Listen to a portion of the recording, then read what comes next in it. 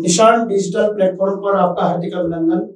आज हम माध्यमिक परीक्षा 2025 तृतीय भाषा संस्कृत जो कि 80 नंबर का आज ही हुआ है। और सबसे पहले हम निर्देश की अगर हम बात करें तो शायद आप इससे पहले 5 पेपर में निर्देश पढ़ चुके हैं, इसलिए इसके लिए आपको बताने की जरूरत नहीं है। सीधे हम इस प्रश्न पत्र को सोल्व समाधान करेंगे। लेकिन इससे पहले मैं आपको बता दूं कुछ जानकारी के लिए कि आज का पेपर इतना सीधा पेपर आया है कि बच्चों के चेहरे खिलते हुए नजर आए सेंटर से। कारण सीधा कैसे हुआ?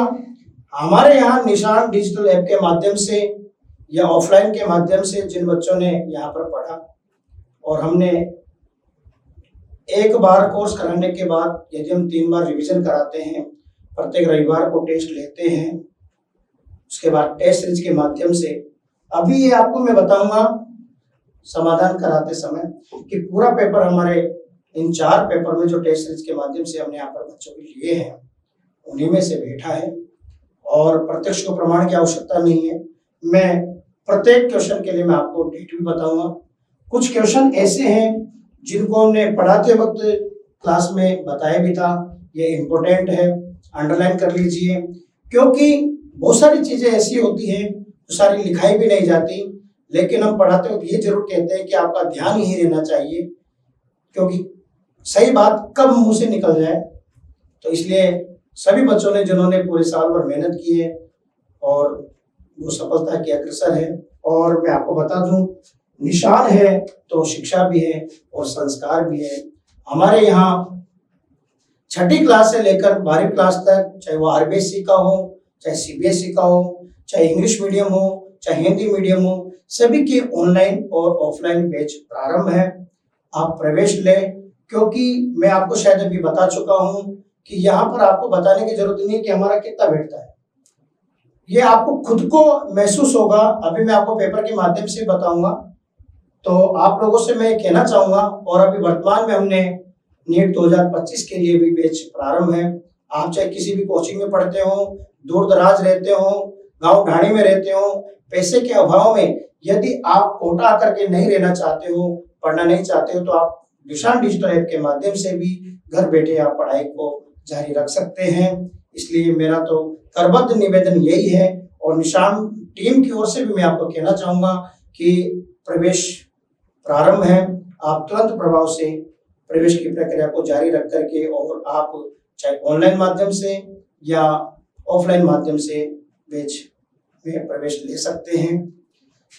अब चलते हैं हम पेपर के समाधान की ओर, जो कि बालकों के माध्यम से हमें पता चला कि सर बहुत ही सीधा पेपर है। देखते हैं। पहला प्रश्न है, यहां पर मैं आपको बता दूं कि 17 क्वेश्चन वस्तुनिष्ठ है, बहुविकल्पात्मक प्रश्न है। इसके अंदर 17 जो क्वेश्चन आए हैं,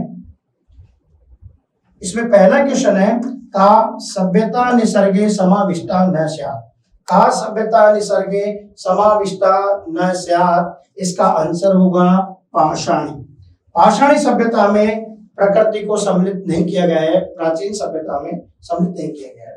दूसरा प्रश्न है,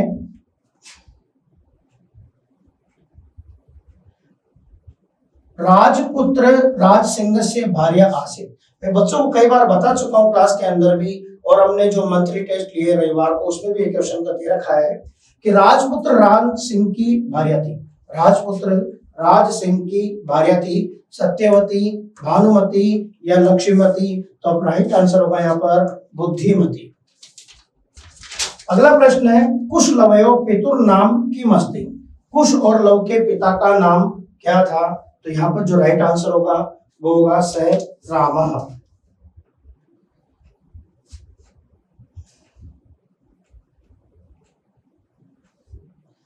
का क्षेत्र कर्षणम कुर्वन् आसीत्। ये बोर्ड में से ही वहां से मिस्टेक हुई है, ये कुर्वन् आसीत् आएगा, कुर्वन्। कर कौन खेत में कार्य कर रहा था? तो यहाँ पर कृषक है। और आप देखिए इस प्रश्न को हमने मॉडल पेपर 2025 का और जो मंथली जो टेस्ट हुए थे हमारे प्रत्येक रविवार को, इस प्रश्न को हमने बता रखा है और हमारे बालकों ने जहां तक संभव है इसको सही किया है। मनुष्याणाम शरीरस्थ महान शत्रु किम। मनुष्याणाम, ये हमने जो पेपर लिया था 25/12/2024 को, उसके अंदर बिल्कुल सेम ऐसे कैसे दिया गया है। और कई बार बालकों को तो ये बहुत सीधा लगता है, अगर 2 श्लोक की जब हम बात करते हैं कि बेटा वो 2 श्लोक लिखने जो प्रश्न पत्र में नहीं आए हो, तो श्लोक तो ऐसे रटे हुए हैं, आलस्यम ही मनुष्याणाम शरीरस्थो महान हिमो। तो निश्चित रूप से उनको देखने की जरूरत नहीं थी, उन्होंने आलस्य ऑप्शन ढूंढ करके इसको राइट किया है। इसके बाद आगे बढ़ते हैं हम। निर्धन जनः स्ववित्तेन स्वपुत्रम कुत्र प्रवेशम दापयितुम सफलो जातः। निर्धन व्यक्ति अपने धन से अपने पुत्र को कहां प्रवेश दिलाया था? स्वपुत्रम कुत्र प्रवेशम, कहां प्रवेश दिलाया था? तो महाविद्यालय, महाविद्यालय में उसको पढ़ने के लिए भेजा था। कस्य उपशमनस्य स्थिरोपाय दृश्यते। कस्य उपशमनस्य स्थिरोपाय दृश्यते अर्थात भूकंपस्य, किसका शांत होने का स्थिर उपाय नहीं है? तो यहाँ पर हम भूकंपस्य इसका आंसर होगा।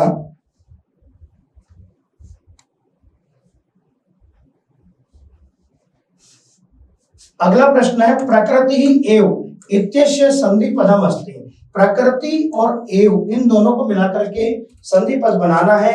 और जानकारी दूं मैं बालकों आपको, ये जो बोर्ड का पेपर है और हमारे टेस्ट सीरीज का जो पेपर जो हमने लिए हैं, इस तरह के पेपर, इसके अंदर 7 फरवरी 2025 को जो हमने पेपर करवाया था, उस पेपर में ये बिल्कुल ऐसे कैसे हमने इसको दे रखा है। 7 फरवरी वाले पेपर में आप चाहे तो देख सकते हैं। ये देखो आप, प्रकृति प्लस एव बिल्कुल एज इट इज छपा है, यानी कि ऑप्शन भी चेंज नहीं है। तो यहाँ पर जो राइट आंसर होगा वो होगा प्रकृति एव। तो यहाँ पर विसर्ग का रह करके यहाँ पर प्रकृति एव इसका आंसर होगा।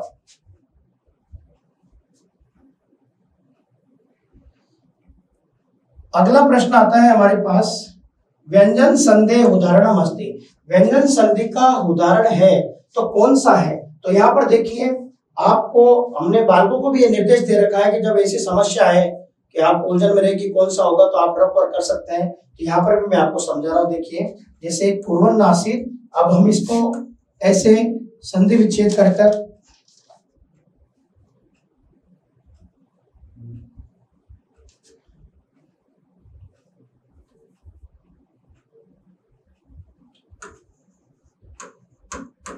कुर्वन् प्लस आसीत, तयोर एक, यहां पर हम इसको करेंगे तयोः प्लस एक, नौतित न प्लस उत्थित, विद्यालय विद्या प्लस आलय। यहां पर पूछा गया है कि व्यंजन संधि का उदाहरण है। हमने कमजोर से कमजोर बालक जो समझता है कि मुझे संधि समझ में नहीं आती, उनको भी हमने एक ट्रिक बताई थी कि यदि मान लीजिए प्रथम शब्द के अंतिम वर्ण में यदि कोई हलंत हो उसको व्यंजन मानेंगे, और यदि विसर्ग है तो उसको विसर्ग संधि का उदाहरण मानेंगे, और यदि दोनों ही नहीं है तो उसको स्वर संधि का उदाहरण मानेंगे। अब आप देखेंगे यहाँ पर, जैसे हम इस उदाहरण की बात करें, न प्लस उत्थित, यहाँ पर ये स्वर संधि का उदाहरण है। विद्या प्लस आलय, ये भी स्वर संधि का उदाहरण है। और यहाँ पर ये देख रहे होंगे आप, ये विसर्ग संधि का उदाहरण है। और ये प्रथम शब्द के अंतिम वर्ण में जो हलंत आ रहा है कुर्वन्नासीन, ये आपका व्यंजन संधि का उदाहरण है। अगला है विसर्ग संधि उदाहरण अस्ति। यहाँ पर पूछा गया विसर्ग संधि का उदाहरण, इनको भी हम अलग अलग करके लिख लेते हैं। जैसे नास्ति तो न प्लस अस्ति, अनुक्तम प्लस अपि, अनुक्तम प्लस अपि, योजकः प्लस तत्र, योजकः प्लस तत्र, और भोजन प्लस अन्ते, भोजन प्लस अन्ते। देखिए बालकों, यहाँ पर भी यही नियम लागू होता है। और आप देख रहे होंगे यहाँ पर ये विसर्ग यहाँ पर आ रहा है। हमने क्लास के अंदर कई बार बालकों को कहा है कि जहां पर आधा श और आधा षटकोण जहां भी आए, वहीं से आप शब्द को तोड़ दो, अर्थात उसी जगह विसर्ग लगा दीजिए। जैसा कि बालकों ने यहाँ पर इस जगह पर विसर्ग लगाते ही ये आंसर उसके लिए राइट होता है। जगदीश, जगदीश शब्द यहाँ पर 7 तारीख के पेपर में 7 फरवरी 2025 को जो यहाँ पर निशान कोचिंग के द्वारा जो टेस्ट में पेपर लिया गया था, बिल्कुल हुबहू ऐसे कैसे छपा है। जगदीश पद का संधि विच्छेद जगत प्लस ईश, जगत प्लस ईश, यहाँ पर इसका जो राइट आंसर होगा वो द होगा।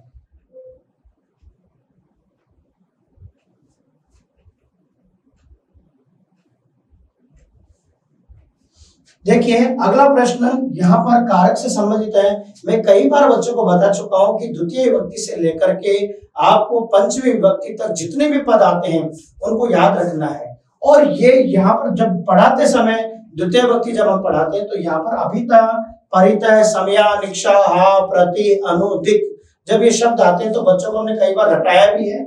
और अभितः पूछा गया, अभितः पद के योग में कौन सी विभक्ति का प्रयोग किया गया है, तो अभितः के योग में द्वितीय विभक्ति का प्रयोग किया गया है। इसके बाद हम बात करते हैं नमः इति पद योगे का विभक्ति। नमः स्वस्ति, स्वाहा, स्वधा, अलम, वसट, योगाच चतुर्थी विभक्ति, तो यहाँ पर ये चतुर्थी विभक्ति होगी। और बहुत प्रसिद्ध उदाहरण हमने जैसे बच्चों को इस तरह श्री गणेशाय नमः, गणेश जी का नाम लेने के लिए शिव जी का नाम ओम शिवाय नमस्तुभ्यम या नमः गुरुवे नमः, गुरु जी के आदर के लिए हमने कई बार बात करी कि गुरु जी को नमस्कार करते हैं। तो बच्चों को वैसे भी याद रह गया होगा कि चतुर्थी विभक्ति इसके अंदर आती है नमः के ऊपर। इसके बाद अन्वधावत इत्यत्र पदे का उपसर्ग। अन्वधावत, यहाँ पर देखिए इस शब्द का हम क्या करेंगे, इसके टुकड़े करेंगे तो यहाँ पर हो जाएगा अनु प्लस धावत, अनु प्लस धावत। धाव धातु से शर्तरी प्रत्यय लगा हुआ है और आप देख रहे होंगे इसके अंदर अनु उपसर्ग है। और जब इस पद को मिलाकर के लिखा था तो यहाँ पर कौन सी संधि होती है बालकों, यण संधि, यण संधि का इसके अंदर प्रयोग है। लेकिन हमसे पूछा क्या है, उपसर्ग पूछा गया है, तो उपसर्ग के लिए हम किसका प्रयोग करेंगे, यहाँ पर अनु का प्रयोग करेंगे। इसके बाद आगे बढ़ते हैं हम, निस्सरन्ति इत्यत्र उपसर्ग और शब्द को अलग करके लिखना है। निस्सरन्ति, निस्सरन्ति पद के लिए मैं आपको बता दूं 11 अगस्त 2024 को हमने यहाँ पर टेस्ट का एक पेपर लिया था क्लास टेस्ट के रूप में। तो यहाँ पर बिल्कुल ऐसे कैसे ये उदाहरण दिया हुआ है और इसका जो सही राइट आंसर होगा जो निस प्लस सरंती होगा। इसका भी मैं रिजल्ट बता देता हूँ कैसे। देखिए हम इस शब्द को लेते हैं, यहाँ पर मैं समझा देता हूँ आपको, जैसे निस सरंती। अगर हम इस वाले ऑप्शन को माने तो यहाँ पर क्या आ रहा है, र आ रहा है, इसलिए यहाँ पर रह संभव नहीं है। नी यहाँ पर हाँ ये जरूर है, कई बार हम बताते हैं बच्चों को सत्व संधि में कि जहाँ पर से आ जाए तो वहां पर विसर्ग लगा देना चाहिए, लेकिन यहाँ पर संधि का उदाहरण नहीं है क्योंकि उपसर्ग का पूछा गया है। तो उपसर्ग के अंदर यहाँ पर निस, यहाँ पर जो से आ रहा है ना, इसको अपन अंत करके लिख देंगे और ये यहाँ पर एक तरह से उपसर्ग का शब्द बन जाएगा निस प्लस सरंती। कितना सीधा उदाहरण। लिख धातु लट लकार का रूप पूछा गया है और हमने ये 22/11/2024 को पेपर लिया था, उसके अंदर हमने ऐसे कैसे इसको दिया था कि लिख धातु का रूप क्या होगा। और वो भी देखो बालको लट लकार में पूछा है, कोई कंफ्यूजन नहीं है क्योंकि अगर इसके अंदर अगर वचन और पुरुष का उदाहरण पूछता तो हम सोचते भी सही। अब आप देख रहे होंगे चारों ऑप्शन में हम देखें तो ये तो लिट लकार का है, लिट लकार भविष्य काल का, ये लंग लकार भूतकाल का है, लिखतु अतु अताम अंतु यहाँ पर लोट लकार का है और आप देख रहे होंगे लिखती पद जो है ये लट लकार का है, इसलिए इसका राइट आंसर होगा लिखती। और बिल्कुल स्पष्ट रूप से जब हमने धातु रूप पढ़ा है तब जैसे वर्तमान काल की हम बात करें, लट लकार वर्तमान काल की हम बात करें तो अति अतः अंति, तो उसको तो पहला ही शब्द लट लकार का मिल गया। और यदि हम भविष्य काल की बात करें तो यहाँ पर इष्यति इष्यत इष्यन्ति होता है, इसलिए यहाँ पर इष्यति आया है। इसलिए लंग लकार भूतकाल की बात करें तो अत अताम अन और धातु से पहले हमने अ उपसर्ग का प्रयोग करने के लिए बालकों को बता रखा है, तो यहाँ पर अ उपसर्ग लगा हुआ है, अतु अताम अंतु यहाँ पर लोट लकार है। इस प्रकार से यहाँ पर केवल लट लकार का पूछा है तो राइट आंसर क्या होगा, लिखति पद होगा। पुत्रस्य दैन्यम दृष्ट्वा अहम रोदिमि, ये किताब की लाइन दी गई है। हम कई बार बालकों के कहते हैं पाठ पढ़ाते समय जब कोई लाइन जब पढ़ते हैं तो उसके अंदर कर्ता, कर्म, क्रिया, विशेषण विशेष्य, सर्वनाम पद, इन चीजों को जरूर देखा करो। कोई अव्यय आ जाए, कोई कार्य संबंधी पद आ जाए। अब देखो कितना अच्छा प्रश्न है। अहम रोधिमी, रेखांकित पद को धातु, रेखांकित पद किसको कर रखा है? रोधिमी को कर रखा है। तो यहाँ पर धातु पद पूछा है। अब धातु पद जो है, अगर आप मान लो रौद्र लिखते हैं, रौद्र, तो रौद्र कोई धातु नहीं है। धातु की एक पहचान होती है, आपको मैं बता दूं कि उसके अंदर हलंत होता है। अब जैसे जो द्विवर्ण वाली धातु होती है उसमें हलंत जरूर मिलेगा। अब आप देख रहे होंगे कि हलंत तो इसमें भी लग रहा है, रम, लेकिन यहाँ पर कहीं भी मैच नहीं होता है कि रम, यहाँ पर रुद्र धातु है। रुद्र धातु से इसका जो है रूप बना है। आगे देखिए, निर्देशानुसारम रिक्त स्थानानि पूर्य, यहाँ पर निर्देश के अनुसार रिक्त स्थान की पूर्ति करनी है। और ये सारे उदाहरण जो दिए गए हैं वो सब किताब के बीच की लाइनों के हैं। और हमारे द्वारा जब पढ़ाया गया था तब उन बालकों को बताया गया था कि यहाँ पर ये प्रत्यय है, इसके अंदर ये शब्द है, ये धातु रूप है। और बच्चों ने जो प्रत्येक लाइन को पढ़ा तो उसमें उसको तुरंत समझ में आया। तो देखिए यहाँ पर सृगाल है, असत प्लस अस धातु से षट प्रत्यय। हमने पहले ही हमने शॉर्ट ट्रिक के रूप में उनको बता रखा है, जैसे अन, अन, अंति और अत। अब आप देखिए, हस धातु तो षट प्रत्यय लगाना है, तो यहाँ पर क्या बढ़ जाएगा? हसंत बन जाएगा। क्या बन जाएगा बालकों? हसंत पद बन जाएगा। यहाँ पर सरकार ने हंसते हुए कहा। इसी प्रकार से सा माता स्व गुरुम। अब यहाँ पर तल प्रत्यय का कई बार बहुत सीधा उदाहरण कई बार बताया कि जहां भी तल आ जाए वहां पर ता, जैसे जन प्लस तल जनता। और यहाँ पर जैसे कृतज्ञ आ गया तो कृतज्ञ प्लस तल का मतलब क्या हो जाएगा? कृतज्ञता। यहाँ पर पद बनेगा कृतज्ञता, तल का सीधा ता जोड़ना है। क्वेश्चन नंबर 3 जो हम बात कर रहे हैं, श्रिया रिक्त स्थान वाणी युक्त है प्लस टाप। युक्त शब्द के अंदर यहाँ पर टाप प्रत्यय, टाप प्रत्यय का प्रयोग कब करते हैं? जब पुल्लिंग शब्दों से स्त्रीलिंग परिवर्तित करते हैं। और टाप प्रत्यय का सिर्फ आ जुड़ता है। और हमने इस उदाहरण को 7 फरवरी 2025 के जो पेपर में हमने शिक्षक प्लस टाप दिया था, जैसा कि हमने कई बार बताया, अश्व प्लस टाप अश्व आ जाए, नहीं सुनो। और तो यहाँ पर युक्त प्लस टाप का मतलब क्या हो जाएगा? युक्ता। और इसी के साथ में आपको बता दूं, जब हमने श्रेय से युक्त वाणी, तो बालकों को हमने पढ़ाते वक्त व्याकरणात्मक जो निर्देश है, व्याकरणात्मक दृष्टि से हम उसकी व्याख्या करके बताते हैं क्लास के अंदर। इस शब्द का ये होता है। तो यहाँ पर हमने इसको बताया हुआ है पहले भी, युक्त प्लस में अर्थात युक्त के साथ में टाप प्रत्यय का प्रयोग यहाँ पर किया हुआ है।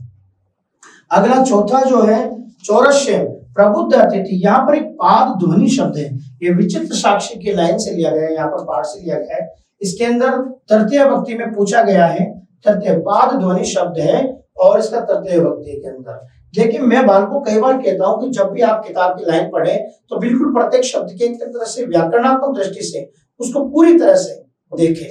जैसे यहाँ पर अभी पाद ध्वनि ना पद बनेगा, पाद ध्वनि ना। चोर के पैरों की आवाज से प्रबुद्ध यानी कि अतिथि जागा, प्रबुद्ध अतिथि, अतिथि जागा, प्रबुद्ध का मतलब जाग गया। तो यहाँ पर पाद शब्द ध्वनि जो शब्द है पूरा पाद ध्वनि तक बनेगा, ध्यान रखना है। कई बच्चे की मान लो सोचने के पाद का बनेगा तो पादेन हो जाएगा, तो गलत हो जाएगा। आपको ध्वनि शब्द भी इसके साथ जोड़ना है।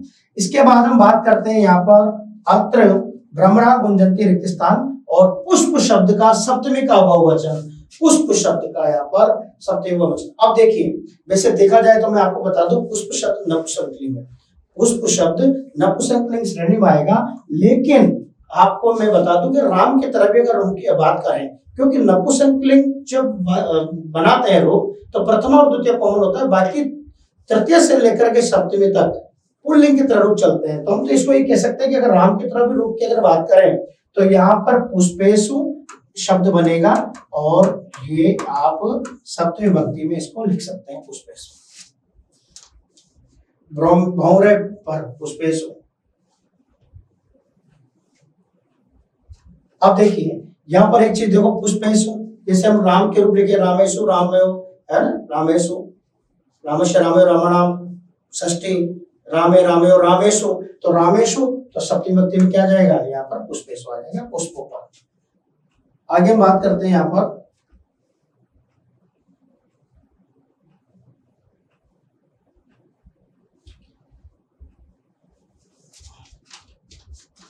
यहां पर एक गद्यांश है,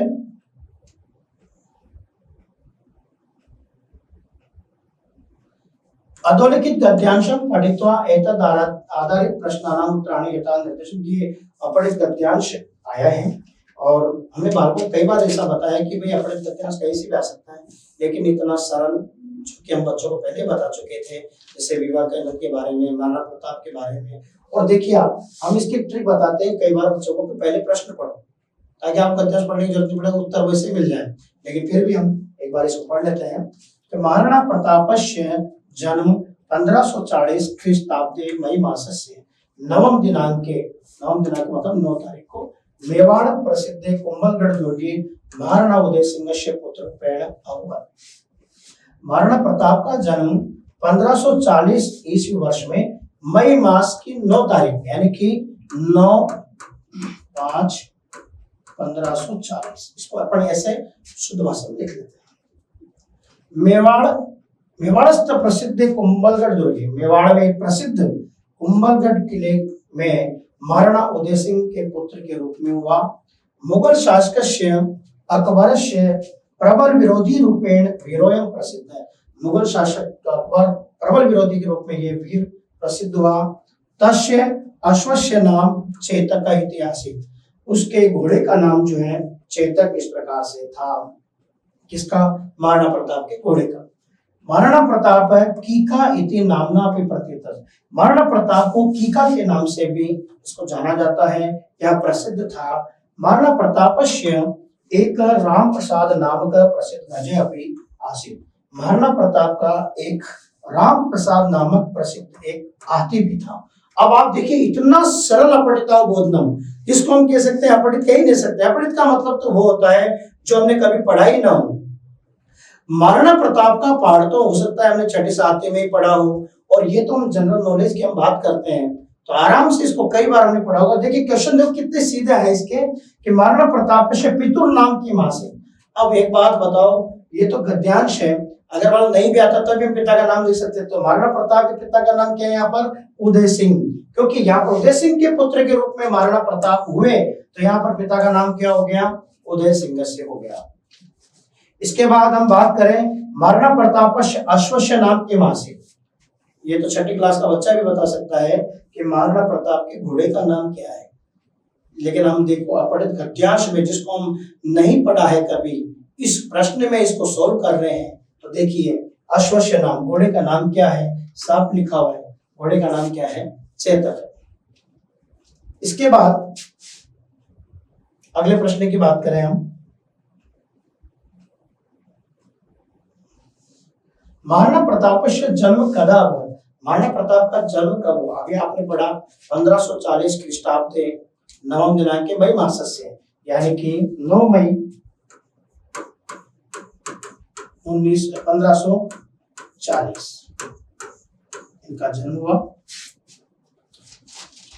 अब देखिए शीर्षक की अगर हम बात करें तो देखिए, आप मैंने कई बार कहा है शीर्षक के लिए सब आप गद्यांश को पढ़ते हैं, अगर एक बार भी समझ में 2 बार पढ़ सकते हैं, लेकिन आप देखिए जब हमने इसको एक बार पढ़ा तो देखिए किसके बारे में जानकारी दी गई? सबसे ज्यादा महाराणा प्रताप के बारे में बताया गया। तो स्वाभाविक सी बात है इसका शीर्षक क्या होगा? महाराणा प्रताप होगा। देखिए महाराणा प्रताप। अब मान लो आपको महाराणा प्रताप, ये तो बार बार आ गया इसलिए आपको समझ में आ गया, लेकिन कई बार क्या होता है हमें बार बार पढ़ने पे भी ये समझ में नहीं आता कि शीर्षक क्या होगा। तो जिसके बारे में जो ज्यादा कहा गया हो, ज्यादा चर्चा की गई हो, वही उसका शीर्षक माना जाता है। शीर्षक एक पद का हो, एक सूक्ति के रूप में भी हो सकता है, एक शब्द के रूप में भी हो सकता है, और ज्यादा लाइनों का नहीं, ये नहीं कि अपन ने पूरी लाइन उठा कर रख दी है इसका शीर्षक है। शीर्षक स्व विवेक पर निर्भर करता है। आप जो लिखोगे एग्जामिनर देखेगा, मान लो किसी का अलग अलग हो, लेकिन आप देख रहे हो इसके अंदर तो प्रत्येक बच्चा महाराणा प्रताप लिखेगा, क्योंकि महाराणा प्रताप के बारे में बात की गई। अगला है भाषिक कार्य में प्रसिद्ध गज इत्यत्र विशेष्य पदम। देखो ये 2 चीजें आपको मैं बता दूं, एक तो आती है विशेषण और एक होता है विशेष्य। विशेषण क्या है? विशेषण संज्ञा सर्वनाम की विशेषता को प्रकट करे। अब यहाँ पर ये जो गजय पद आया है इसकी विशेषता को प्रकट कर रहा है कि ये प्रसिद्ध है, लेकिन और किसकी, जिसकी विशेषता बताया जाए उसका विशेष्य कहलाता है। अब आप देखो यहाँ पर क्या पद पूछा है, विशेष्य पदम, विशेष्य पूछा है। अब विशेष्य पूछा है तो आंसर क्या होगा हमारा, गजय होगा। अब आपसे अगर मान लो विशेषण पूछ लिया जाता तो क्या होता, प्रसिद्ध, लेकिन यहाँ पर राइट का आंसर क्या होगा, गजय। गजय यहाँ पर विशेष्य पद होगा। वाजी इतिश्य पर्याय पदम गद्यांश चित्वा लिखा। वाजी, वाजी किसको कहते हैं। अब आपको देखिए कई बार बालकों को बताया गया है कि पर्यायवाची हुए, विलोम शब्द हुए, अनर्थ शब्द, ये एक्स्ट्रा पूछे जाते हैं, लेकिन उसका जवाब आपको गद्यांश में से मिलेगा। अब देखो वाची की हम बात करें तो इसका जो पर्यायवाची होता है वैसे घोड़ा होता है, और यहाँ पर घोड़े के लिए जो शब्द प्रयोग किया गया है वो इसके अंदर आया है अश्व। तो यहाँ पर जो राइट आंसर होगा वो होगा अश्व। एक, देखो वाक्य देखिए, एक राम प्रसाद नामक प्रसिद्ध गजय अपि आसीत इत्यत्र। यहाँ पर ये जो आसीत पद दिया गया है इसका क्रियापद का कर्ता कौन है, क्रिया तो ये है लेकिन कर्ता कौन हुआ। अब देखिए कर्ता अगर हम बात करें ये यहां तक चलता है, एक राम प्रसाद। अब यहाँ पर भी देखिए एक का क्या है, विशेषण दिया गया कि राम प्रसाद कितने, एक ही है विशेष, है ना। तो नामक प्रसिद्ध गजय। अब यहाँ पर एग्जामिनर स्वविवेक यूज करेगा कि अगर मान लो किसी ने गजय भी लिख दिया होगा ना तब भी चलेगा, लेकिन यहाँ पर अगर राम प्रसाद नामक भी लिख दिया यानी कि पूरा आएगा, लेकिन मैं आपको बता दूं क्योंकि ये पूरा क्या है, कर्ता के रूप में, यानी गजय लिख देगा तब भी यहाँ पर वो आंसर को सही मानना चाहिए। तो यहाँ पर देखिए पूरा कर्ता माना जाएगा और ये क्रियापद है, ठीक है। चलिए साहब आगे बढ़ते हैं हम।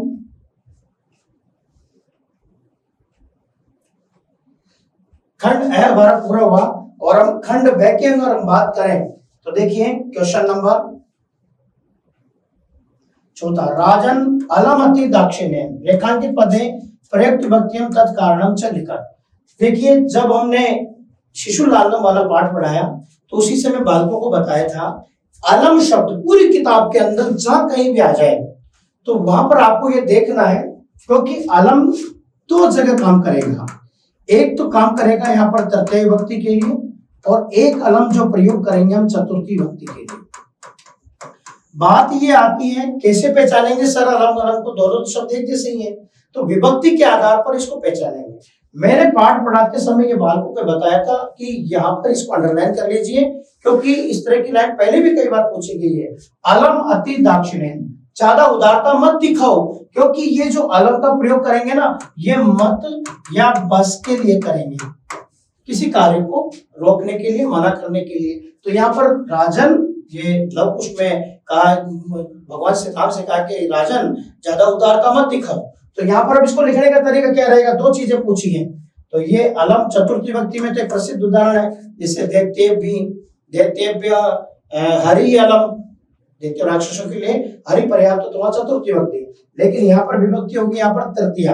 अब इसको लिखने का तरीका क्या रहेगा, देखिए अलम शब्द के योग में, अलम शब्द के योग में रेखांकित पद में तृतीय विभक्ति का प्रयोग किया गया है, ये आपको लिखना है।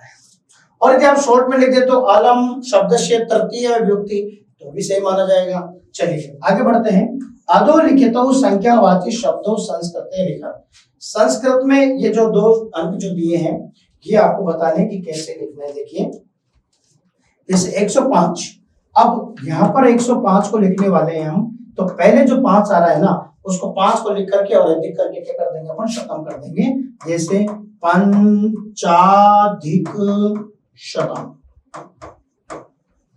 पंचाधिक शतम। हमने बालकों को गिनती के बारे में अगर हम बात करें तो 1 से लेकर के 1000, 10,000, लाख, 10 लाख, करोड़, 10 करोड़ आगे तक की संख्या यानी नील, शंख, महापद्म तक बताया है। लेकिन मैंने कई बार बालकों को कहा है कि आपको 101 से लेकर के 3 अंकों के मध्य में पूछा जाएगा, तो 3 अंकों में आया है और ये मैं क्लास टेस्ट में भी दे चुका हूँ, कई बार मैंने क्लास में भी इसको सोल्व कराया है।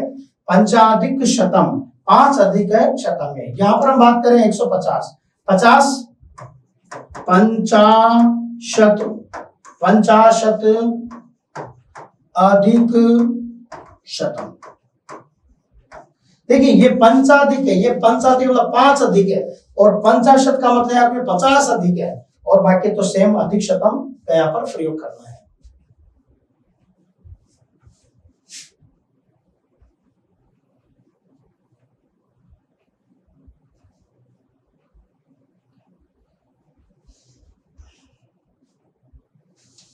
क्वेश्चन नंबर अगर 6 की बात करें, धेनु नाम माता सुरभि आसीत रेखांकित पदम आदृत के प्रश्न निर्माणम कुरुतम।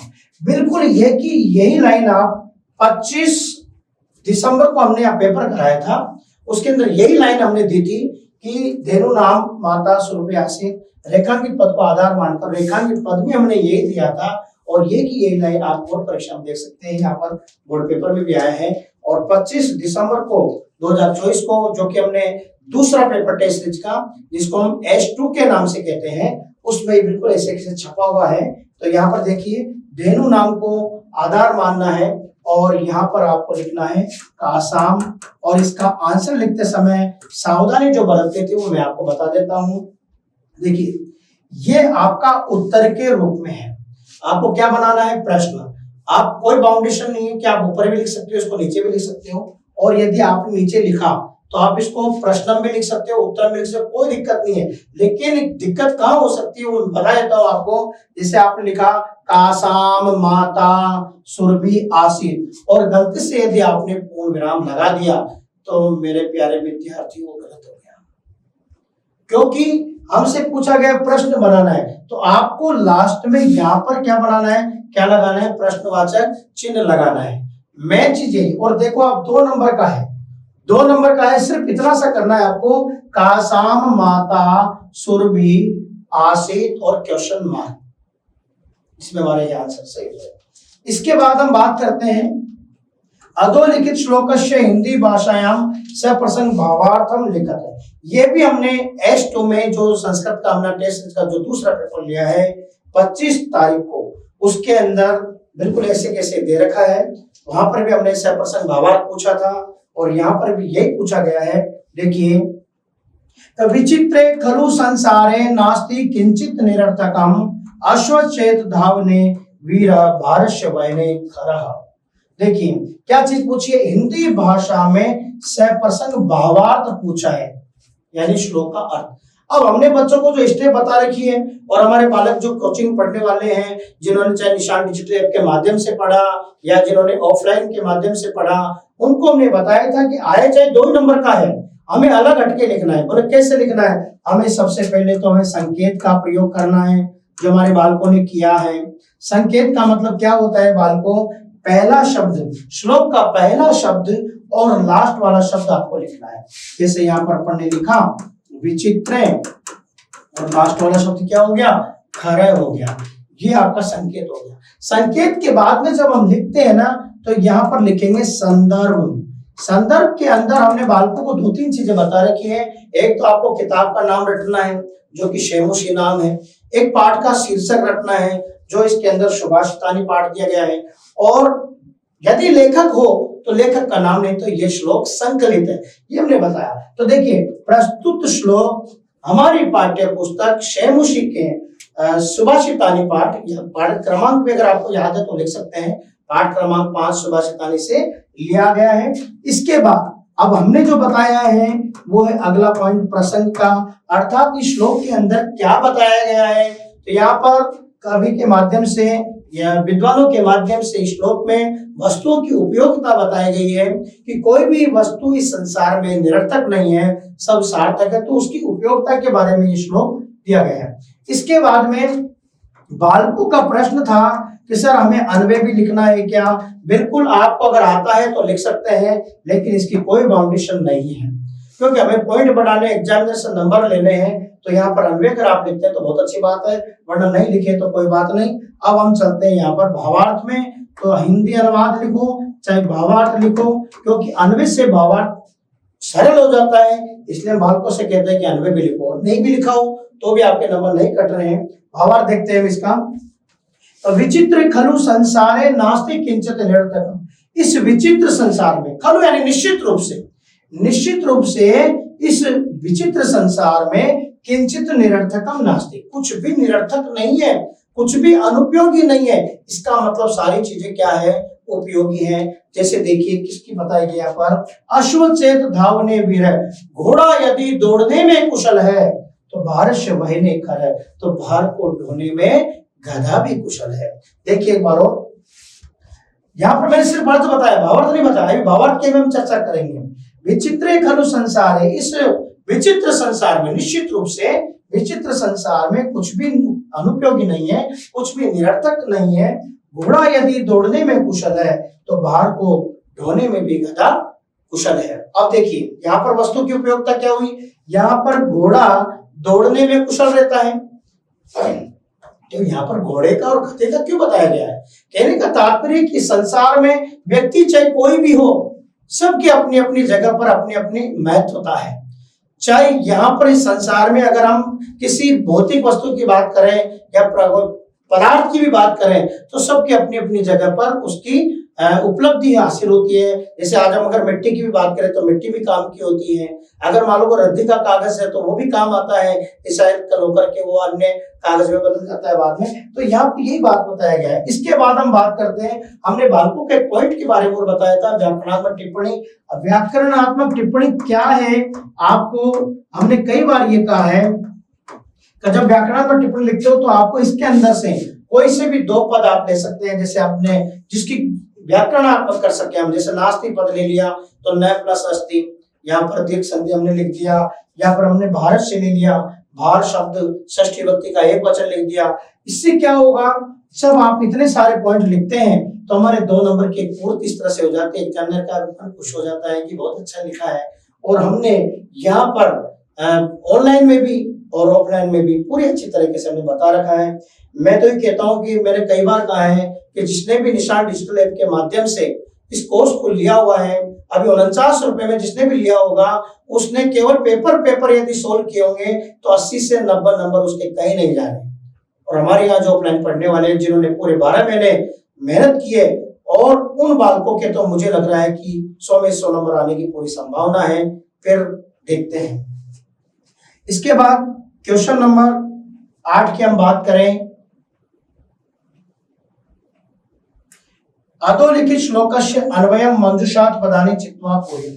देखिए ये श्लोक, अगर हम इसकी बात करें श्लोक नंबर 8 की, ये भी हमने S3 में 13 जनवरी 2025 को पेपर लिया है, बिल्कुल एज इट इज ये छपा है। 13 जनवरी 2025 को ये पेपर के अंदर बिल्कुल ऐसे कैसे छपा है। देखिए यहाँ पर क्या पूछा गया है, यहाँ पर इस श्लोक को देने के बाद एक अन्वय दिया हुआ है और ये मंजुषा है। इससे सीधा कुछ श्लोक अन्वय का ही नहीं सकता, कितना इजी है। देखिए अन्वय लिखते हैं यहाँ पर, एकेन राजहंसेन, बिल्कुल बोलते चलेंगे तो अपने आप आ जाएगा। देखो लाइनें भी मिल रही है आपको। यहाँ पर आपने लिखा राजहंसेन सरसह या शोभा भवेत, शोभा भवेत, और उसके बाद शोभा भवेत परितः, परितः तीरवासिना बक सहस्रेण, बक सहस्रेण सा शोभा न भवति। देखिए एक ही राजहंस से तालाब की जो शोभा होनी चाहिए, चारों ओर रहने वाले 1000 बगुलों से वह शोभा नहीं होती है। बिल्कुल आपको मंजुषा के अंदर जो शब्द दे रखे हैं उन्हीं शब्दों का प्रयोग करते हुए इसकी पूर्ति यहाँ पर करनी है। इसके बाद हम बालकों को पढ़ाते पढ़ाते कई बार ये मजाक के रूप में कह देते हैं कि आप कितना ही पढ़ो, हो सकता है आपको पेपर नहीं मिले लेकिन एक प्रश्न जरूर मिलेगा 2 श्लोक वाला। वैसे बच्चा समझ जाता है कि सर कौन सा प्रश्न की बात कर रहे हैं यहाँ पर, तो 2 श्लोक वाला प्रश्न ये हमेशा के लिए ये आया हुआ है। और 2 श्लोक तो देखो लिखना कैसे, लेकिन ये ध्यान रखने की बात है आपको, प्रश्न पत्र में आए हुए पहले श्लोकों को पढ़ें और जो हमें उनके अलावा जो 2 याद हैं उनको यहाँ पर लिखें। 2 नंबर के आए हैं, ये शायद मैं आशा करता हूं सभी बालकों ने इस प्रश्न को जरूर किया होगा।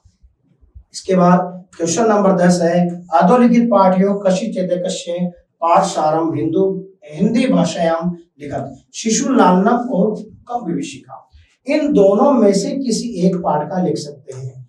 भूकंप विभीषिका के बारे में मैंने बालकों को कई बार बताया है कि ये पाठ आ सकता है। देखो शिशुनालन क्या है, नाटक का पाठ है, नाटक का पाठ है तो नाटक में संभावना कम रहती है, लेकिन इस बार बोर्ड ने दे दिया। लेकिन भूकंप विभीषिका हमने अभी मौखिक रूप से उनको बताया था कि भैया इसको जरूर पढ़ के जाना, क्योंकि विचित्र साक्षी कॉमन हो गया है, जन्य तुल्य वत्सला कॉमन हो गया है, और बुद्धि बलवती सदा वो भी कॉमन हो गया है। तो आप इसको जरूर पढ़ के जाएं, और यहाँ पर इसको जो है आप एक पेज का जो है इसको कंप्लीट लिखेंगे। आप आगे बढ़ते हैं हम खंड 6 की हम बात करते हैं। देखिए, गद्यांशम पठित्वा एतद आधारित प्रश्नानाम उत्तराणि यथा निर्देशम लिखत। गद्यांश को पढ़ करके और प्रश्नों के उत्तर देने, यहाँ पर ये 5 नंबर का आया है। और मैं आपको जानकारी दे दूं, ये वाला बिल्कुल ऐसे टिस 8/9 अर्थात 8 सितंबर 2024 को जो हमने क्लास टेस्ट लिया था उसमें ऐसे कैसे इसको दिया हुआ है, और ये ऐसे कैसे छपा भी है। आप चाहे तो मैं बता सकता हूँ। देखिए, कश्चित कृषक बलिवर्धाभ्याम क्षेत्र कर्षणम कुर्वन्नमासीत्। ये तो प्रश्न पहले भी आ गया अपने, और आंसर भी इसी के अंदर है। कोई किसान 2 बैलों के साथ खेत जोतने का कार्य कर रहा था। तयो बलिवर्धयो, उन दोनों बैलों में से एक शरीरेण दुर्बल जवेन गंतुम अशक्तश्चासि। उन दोनों बैलों में से एक शरीर से कमजोर और तेज चलने में, शीघ्र चलने में वो असमर्थ था। अतः कृषक तम दुर्बलम वृषभम नोदनेन नुदन, इसलिए किसान उस कमजोर बैल को दुख देता हुआ हाँक रहा था, परेशान करता हुआ उसको धकेल रहा था। ऋषभ हलम उड्वा गंतुम अशक्त क्षेत्रे पपात। वह बैल हल को लेकर के चलने में असमर्थ, और कहाँ गिर गया, वो खेत में गिर गया। क्रुद्ध कृषि वाले क्रोधित किसान ने तम उत्तापितों से उठा करके कई बार प्रयास किया, तथापि वृक्ष न उठित है, फिर भी वह बैल नहीं उठ सका। तो देखिए, प्रश्न आया है, एक पद में उत्तर देना है। कृषक किम कुर्वन्नासीत्, किसान क्या कर रहा था। बिल्कुल देखिए आप, ये लाइन देखो आप, बिल्कुल ऐसे। अब लिखना केवल एक शब्द में, किसान क्या कर रहा था, क्षेत्र कर्षणम कुर्वन्नमासीत्, खेत जोतने का काम कर रहा था। ये आपको लिखना ही नहीं है, केवल क्षेत्र कर्षणम, एक शब्द।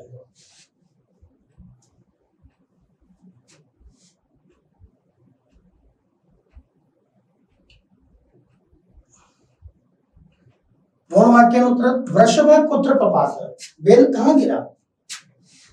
हलम उठवा गंतुम शक्तश्च क्षेत्रे पपात। ये आंसर यहाँ पर आपको लिखना है कि वो खेत में गिरा। आगे देखिए, भाषिक कार्य वाले प्रश्न देखिए यहाँ पर। कश्चित कृषक इत्यत्र विशेषण पदम किम, इसके अंदर विशेषण पद क्या होगा। देखिए, बिल्कुल 2 ही पद हैं, आराम से आप इसका निर्णय ले सकते हैं। जैसा कि मैंने आपको बताया था कि यहाँ पर अगर कृषक की बात करें तो ये तो भैया वो विशेष हो गया, इसकी विशेषता बताएगी ये कि वह कोई है, कोई। तो यहाँ पर विशेष्य की बात करें तो कृषक आ जाएगा, और विशेषण पूछा है तो कश्चित, लेकिन हमसे पूछा है विशेषण है, तो यहाँ पर जो राइट आंसर होगा वो होगा कश्चित।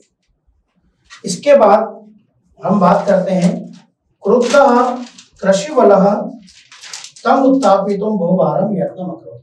क्रियापद, क्रियापद पूछा है। देखिए, क्रियापद इसके अंदर छुपा हुआ है, यत्नम् अकरोत्। यहां से इसको अलग करेंगे तो यहाँ पर क्या पद बन जाएगा, अकरोत्। तो इसके अंदर क्रियापद क्या होगा, अकरोत् होगा। इसका अथवा देखिए, अग्रिमे दिने से आरक्षी चौर्याभियोगे तम न्यायालम नीतवान। और शायद मैं आपको बता दूं, ये हमारे 25/12/2024 के पेपर के अंदर इसको दिया गया है, और ये भी S2 संस्कृत का जो सेकंड पेपर हमने कराया था उसमें बिल्कुल ऐसे ये छपा हुआ है। तो देखिए, अग्रिमे दिने से आरक्षी चौर्याभियोगे तम न्यायालम नीतवान। अगले दिन वह सिपाही चोरी के अभियोग में उसे न्यायालय ले आया। न्यायाधीशों बंकिम चंद्र उपाभ्याम पृथक पृथक विवरणम सिद्धांत। न्यायाधीश बंकिम चंद्र ने उन दोनों के अलग अलग विवरण को सुना। सर्वम व्रतम अवगत्य स तम निर्दोषम अमन्यत, सारे वृतांत को जान करके उसने उसको निर्दोष माना और आरक्षणी को अर्थात जो सिपाही था उसको अपराधी। किंतु प्रमाणाभावात् स निर्णेतुं न शक्नोत, किंतु प्रमाण के अभाव में वह निर्णय नहीं ले सका। ततो असौ तौ अग्रिमे दिने उपस्थातुम् आदिष्टवान्, उसके बाद उन दोनों को अगले दिन उपस्थित होने का आदेश दिया। अन्य द्यो, अगले दिन वो दोनों न्यायालय में अपना अपना पक्ष पुनः स्थापित कर रहे थे। प्रश्न देखते हैं यहाँ पर। न्यायाधीशस्य नाम के मासे, न्यायाधीश का नाम क्या है? तो आप बिल्कुल सामने देख रहे होंगे, न्यायाधीश का नाम क्या है? बंकिम चंद्र है। उन वाक्य में न्यायाधीश किमर्थम निर्णय तुम ना शक्नोत, न्यायाधीश महोदय किस लिए निर्णय नहीं ले सका? क्योंकि उनके पास प्रमाण नहीं था। प्रमाणाभावात् निर्णय न शक्नोति या निर्णय तुम ना शक्नोत।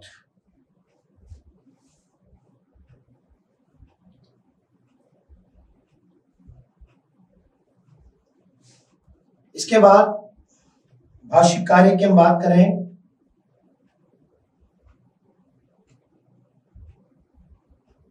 सर्वम व्रतम अवगत्य स तम निर्दोषम अमन्यत, यहाँ पर सर्वनाम पद क्या है?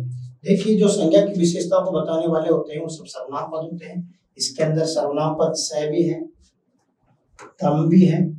अब यदि मान लीजिए किसी ने एक लिखा है तो ये एग्जाम में डिपेंड करता है कि वो आपको एक नंबर दे या नहीं दे, वरना मैं आपको बता दूं इसके अंदर दोनों ही सर्वनाम शब्द है।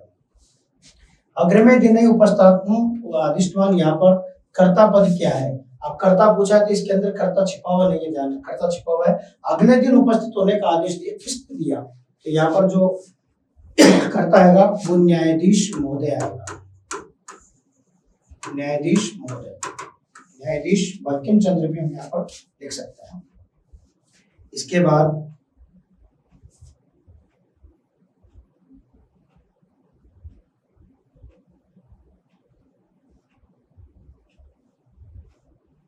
क्वेश्चन नंबर 12 जो यहाँ पर आया है, श्लोक को पढ़कर के प्रश्नों के उत्तर देने हैं। और ये मैं आपको बता दूं, हमारी कोचिंग के अंदर जो S3 पेपर हुआ था, अर्थात जो तीसरा पेपर हमने लिया था 13 जनवरी 2025 को, उसके अंदर हुबहू ये छपा है। देखिए, रे रे चातक सावधान मनसा मित्र क्षणम स्वेता, अरे रे चातक ध्यान पूर्वक सुनो, कुछ क्षण के लिए सुनो। अंबोदा बहवो भवन्ति, आकाश में बहुत सारे बादल हैं और एक जैसे नहीं है। केचित वृष्टि भी आती रहती है, कुछ बरसात के द्वारा गीला करते हैं धरती को और कुछ बेकार में ही ग्रसते रहते हैं। यम यम पश्यसि, जिसको भी तुम देखते हो उसके सामने तुम दीन वचन मत बोलो। देखिए, अंबोधा कुत्र सन्ति, बादल कहाँ पर है? तो यहाँ पर गगने, गगने सर्वे पे है तो गगने यहाँ पर आंसर लिखना है। वृष्टि भी वसुधाम के आद्रयंती, यहाँ पर अंबोधा आ जाएगा। क्या आंसर आ जाएगा? अंबोधा।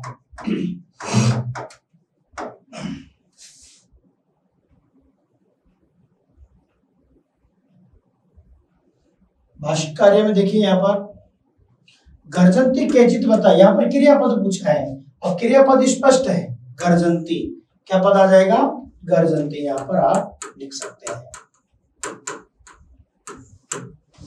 दीनम वचैत्यत्र, विशेषण पद क्या है? विशेषण पद इसके अंदर क्या है? दीनम, अर्थात दीन है। तो इसको जैसा आया है वैसा हम लिख सकते हैं, इसको दीनम।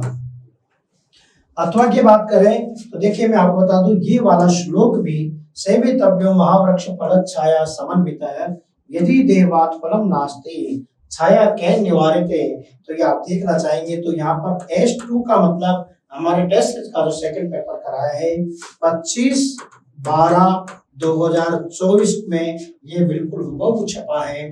देखिए बालकों, सेवितव्यो महावृक्ष फल छाया समन्वित। महावृक्ष का मतलब है जो बड़े वृक्ष होते हैं और वो फल और छाया से युक्त होते हैं, उनकी हमें सेवा करनी चाहिए या सेवा के योग्य होते हैं। यदि भाग्यवश फलम नास्ते, यदि भाग्यवश फल नहीं देते हैं तो छाया कैन निवारते, छाया को कौन रोकेगा, अर्थात कौन रोक सकता है? छाया कौन देता है? छाया कौन देते हैं? छाया कौन देगा? यहाँ पर महावृक्ष अर्थात बड़े वृक्ष के लिए यहाँ पर आया है महावृक्ष। अस्माभिः कीदृश वृक्ष सेवितव्य, बिल्कुल ऐसे किस्से हमने 25 तारीख के पेपर में इसको छाप रखा है। अस्माभिः कीदृश वृक्ष सेवितव्य, देखिए यहाँ पर फलद छाया समन्वितः महावृक्षः, तो वृक्ष तो यहाँ पर आ ही रहा है, कीदृश फल और छाया से युक्त जो पेड़ है उनके लिए कहा गया है, तो यहाँ पर अपन लिख सकते हैं फलद छाया समन्वितः।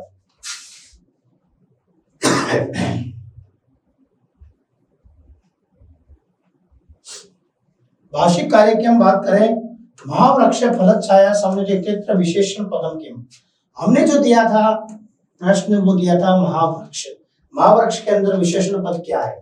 यहाँ पर ये जो लाइन जुड़ी है इसका कोई तात्पर्य नहीं है, कोई मतलब नहीं है। विशेषण पद यहाँ पर इसी में से देखेंगे, महावृक्ष अर्थात यहाँ पर जो विशेषण होगा वो महान आएगा, महान पद आ जाएगा इसके अंदर। यदि देवात फलम नास्ति इत्यत्र क्रिया पदम किम अस्ति, तो यहाँ पर देखिए क्रिया इसके अंदर छिपा हुआ है न अस्ति, तो यहाँ पर क्रियापद क्या हो जाएगा, अस्ति हो जाएगा। क्वेश्चन नंबर 13 की हम बात करें तो यहाँ पर नाट्यांश को पढ़ करके, जिस प्रकार से हमने गद्यांश पढ़ा, पद्यांश पढ़ा, अब हम नाट्यांश की ओर चलते हैं। देखिए शिशु लालनम वाले पाठ से लिया गया है यहाँ पर। तो राम कहते हैं कि एषः भवतो सौंदर्यावलोक जनितेन कौतूहलेन पृच्छामि, ये आपकी दोनों की सुंदरता को देखने से मैं कौतूहलवश जिज्ञासावश मैं पूछता हूँ कि क्षत्रिय कुल पितामह सूर्य चंद्रयोग को वावुतर वंश से करता, क्षत्रिय कुल में उत्पन्न जो पितामह है, जो तुम्हारे पूर्वज है, वो सूर्य वंशी है अथवा चंद्रवंशी, या आप दोनों वंश के कर्ता कौन है। तो लव कहता है कि भगवान सहस्र दीप्ति, भगवान 1000 किरणों वाले अर्थात 1000 किरणों वाले सूर्य भगवान। तो राम कहते हैं कथम अस्मत् समानाभिजनो समृतो, क्या आप हमारे कुल में पैदा होने वाले हो। तो विदूषक कहता है कि मैं द्वयोरपेक्षमेव प्रतिवचनम, क्या आप दोनों का एक ही उत्तर है। तो लव कह रहा है कि भ्रातरावाम सोदरियो, हम दोनों सहोदर हैं अर्थात सगे भाई हैं।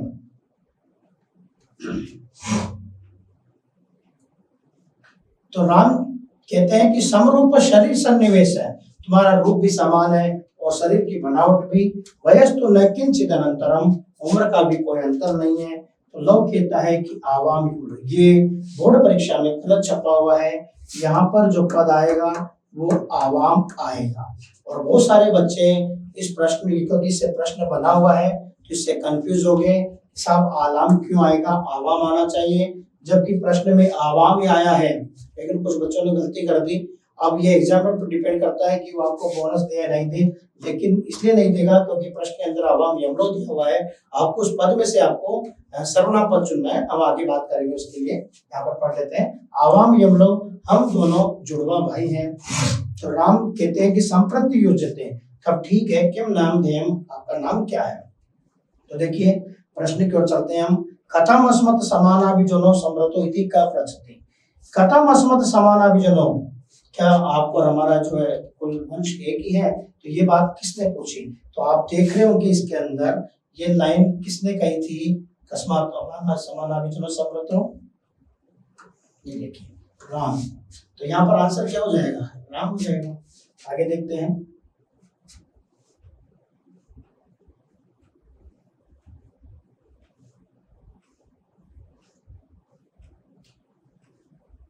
कुश लवयो, कुश लवयो वंश से कर्ता क्या, लव और कुश के वंश के कर्ता कौन है। तो आपने देखा होगा, यहाँ पर अभी पढ़ा भी है आपने, लव कुश के वंश के कर्ता कौन हुए, 1000 किरणों वाले सूर्य भगवान अर्थात सहस्र दीधीति।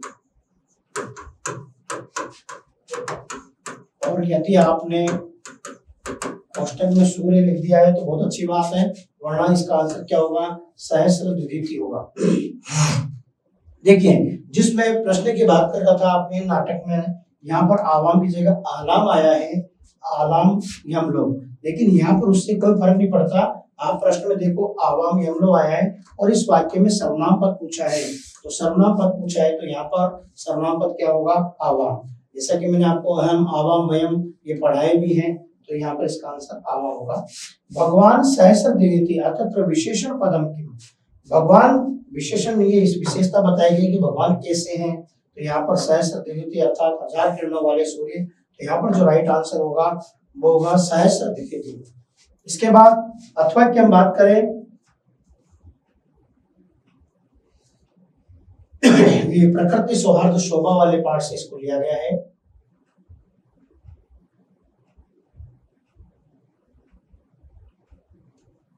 देखिए काकः, बिल्कुल हाँ, ये मैं जानकारी दे दूं आपको, ये वाला जो नाट्यांश है वो 7 फरवरी 2025 जो कि हमारा एक मेजर पेपर हुआ था उसके अंदर वो छपा हुआ है। ये देखिए काकः, कौवा कहता है आम सत्यम कथितम त्वया, हाँ तुम्हारे द्वारा सत्य कहा है।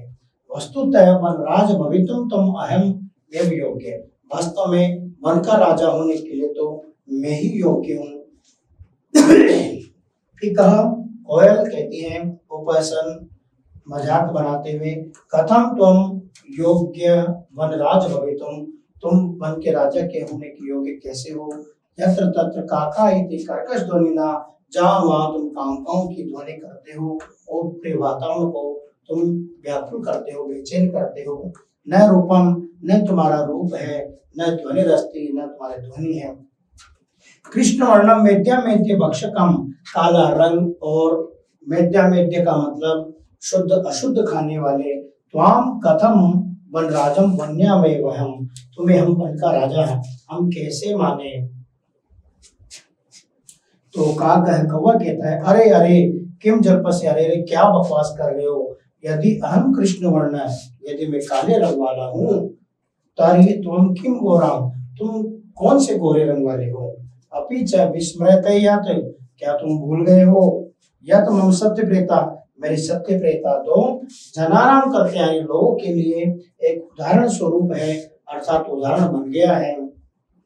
अनृतम बदसी चेत काक दशे, यानी झूठ बोले कौवा काटे। इस प्रकार से यहाँ पर देखिए, अब हम प्रश्नों की श्रृंखला को आगे बढ़ाते हुए एक पद में पूछा गया है, वस्तुतः वनराज भवितुम तुम अहमेव योग्य, ऐसा किसने कहा था। अभी आपने देखा कि किसने कही थी, काक है। राइट आंसर क्या होगा यहाँ पर, काक, कौवे ने ये बात कही।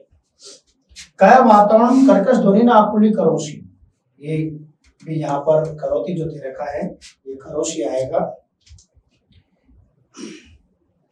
क्या वातावरण, कौन वातावरण को कर्कश ध्वनि के द्वारा व्याकुल करता है। तो यहाँ पर ये भी राइट आंसर क्या होगा, काकः होगा। इसी प्रकार से भाष्यकार की बात करें, किम जल्पसी इत्यत्र क्रियापदम किम, यहाँ पर क्रियापद पूछा है, दो ही वाक्य है तो स्वाभाविक सी बात है इसके अंदर जो क्रिया है वो यहाँ पर जल्पसी है।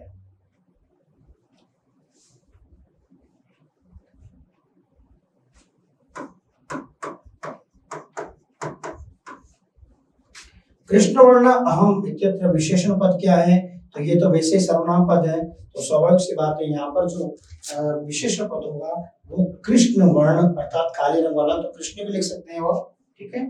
इसका राइट आंसर कृष्ण होगा। क्वेश्चन नंबर 13 के बाद हम 14 की जो बात करें, देखिए बालकों, ये जो तीनों उदाहरण है ये समाज से संबंधित है, और मैं आपको ये बता दूं कि तीनों ही उदाहरण हमारे 13 जनवरी 2025 के अंदर पेपर के अंदर दिया हुआ है। बस फर्क ये रहा कि यहाँ चतुर्नाम युगानाम की जो पंचवटी पूछा था, पंचानाम युगानाम समाहार पंचवटी, और पितरौत यहाँ पर ऐसे ऐसे दिया हुआ है 13 तारीख के पेपर के अंदर, आप देख सकते हैं। और यथाशक्ति यहाँ पर भी ये 2 जगह पूछा गया था हमने, यहाँ पर 7/2/2025 को और 13 तारीख को भी पूछा गया था उदाहरण ऐसे कैसे।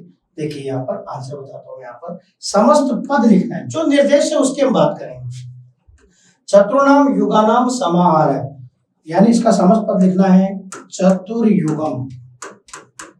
और यदि आप समास का नाम लिखते हैं तो यहाँ पर देखिए समार पद आ रहा है और संख्यावाची है, तो यहाँ पर जो समास का नाम होगा वो होगा द्विगु समास। इसी प्रकार से पितरौ का समास विग्रह, पर पितरों को दो तरीके से हम लिख सकते हैं, माता च पिता च, या फिर माता च पिता च लिखेंगे इसको द्वंद्व समास, माता च पिता च। मैं ये बताना चाहता हूं, अगर माता च पितरौ आता तो फिर आप पितरौ भी लिख सकते थे और माता पितरौ भी लिख सकते थे, लेकिन यहाँ पर तो युक्त तक पूछा हुआ है तो अलग अलग करेंगे ना, तो माता च पिता च ही लिखेंगे। ठीक है। इसके बाद यथाशक्ति समास का नाम लिखना है, केवल नाम पूछा गया है, तो यहाँ पर ये अवयवी भाव समास का उदाहरण है, अवयवी भाव।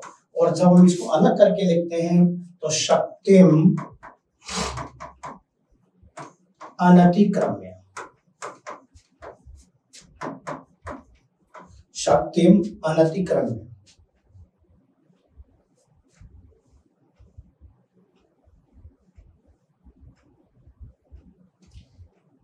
क्वेश्चन नंबर 15 की हम बात करते हैं, बहुत ही इजी अव्यय पद, बिल्कुल 3 नंबर का। देखिए यहाँ पर मंजूषा के अंदर 3 पद दिए हुए हैं, हम कंफ्यूजन में थे, हमने 4 पद दिए थे, एक शब्द कंफ्यूज करने के लिए आ जाता है, लेकिन बहुत अच्छी बात है 3 ही पद आए हैं। और इनको बिल्कुल आपको मैं बता दूं कि हमने बच्चों को बताया था कि यावत का जो प्रयोग होता है तो निश्चित रूप से तावत शब्द जरूर आएगा।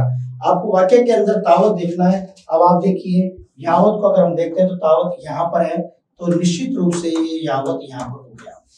इसके बाद यदा और तदा की हम बात करते हैं, यदा तदा, तो आप देख रहे होंगे यहाँ पर भी ये यदा आ गया है, तो निश्चित रूप से ये तदा आएगा, और बाकी बचा कुचा यहाँ पर तरी आएगा। ऐसे नहीं बचा कुचा, वाक्य में मैं अर्थ ही बता रहा हूँ आपको। यदा मेघा गर्जन्ति, जब बादल गरजते हैं, तदा वर्षा होती, तब बरसात होती है। अर्थ सही बैठना चाहिए अन्वय के अंदर। यदि पुस्तकम न पठिष्यामि, यदि पुस्तक नहीं पढ़ोगे तभी तो अनुत्तीर्ण भविष्यामि, तो फिर अनुत्तीर्ण हो जाओगे, फेल हो जाओगे। यावत भोजनम न मिलति तावत बुभुक्षा होती, जब तक भोजन नहीं मिलता है तब तक भूख होती है, तब तक भूख लगती रहती है। तो कहने का तात्पर्य ये तीनों जो अव्यय हैं बहुत ही सरल हैं, और मैं पूरी आशा करता हूं कि हमारे इस कोचिंग में विद्यार्थी जितने भी पढ़ रहे थे, चाहे किसी प्रकार का बालक हो, वो इसको जरूर करके आया होगा, क्योंकि ये ऐसा प्रश्न है जिसमें सोचने के लिए मजबूर कर देता है कि यार इसके अंदर क्या भरना है, लेकिन बहुत ईजी है। अब यहाँ पर हम बात करते हैं खंड दे की। देखिए साहब 16वां प्रश्न, भवान नगेंद्र राजकीय उच्च माध्यमिक विद्यालय हरिनगर का छात्र और रुग्णता कारणे, रुग्णता का मतलब यहाँ पर बीमार से है, किससे है, बीमार से।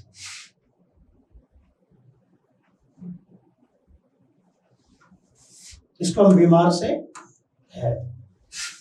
दिन त्रयस्य अवकाशाय प्राचार्य प्रार्थना पत्र लिखता हूं, 3 दिन की अवकाश के लिए प्रार्थना। ये पूरी जो प्रार्थना पत्र है as it is test series के हमने 13 तारीख को 13/1/2025 के पेपर में एज इट इज छपी है। फर्क इतना है कि हमने 2 दिन की पूछी थी, यहाँ 3 दिन आई है। बाकी ऐसे किसी बीमारी पर अवकाश। और अब आपको मैं इसकी जो है एप्लीकेशन पूरी लिख करके मैं आपको बताता हूँ। देखिए यहाँ पर देखिए, जब प्रार्थना पत्र लिखेंगे अपने आप को नगेंद्र माना है, तो देखिए सेवायाम आप जब लिखेंगे तो पूरा लिख देंगे इसको,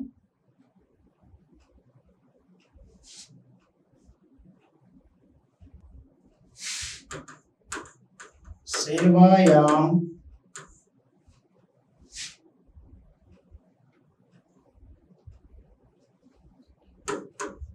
श्रीमन्तः प्राचार्य महोदय।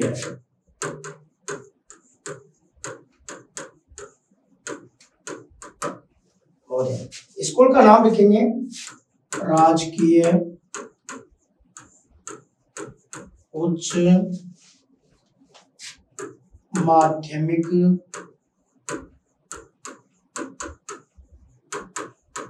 विद्यालय हरिनगर से।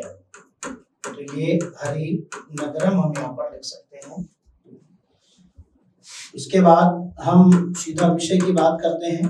तो 3 दिन के लिए पूछा है, तो 3 दिन के लिए हम यहाँ पर लिखेंगे दिनत्रयस्य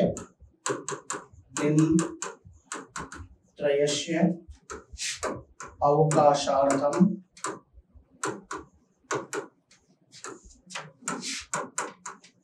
प्रार्थना पत्र।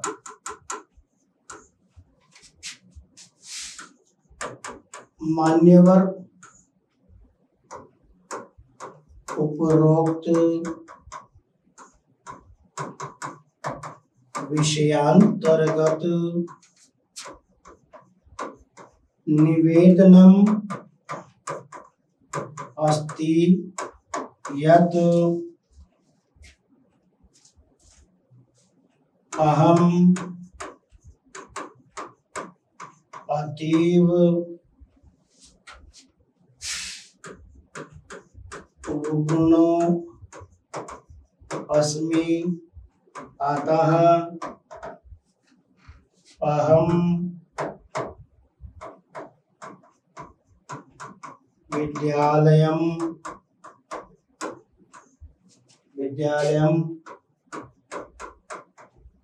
आगन्तुं न शक्नोमि। प्रार्थना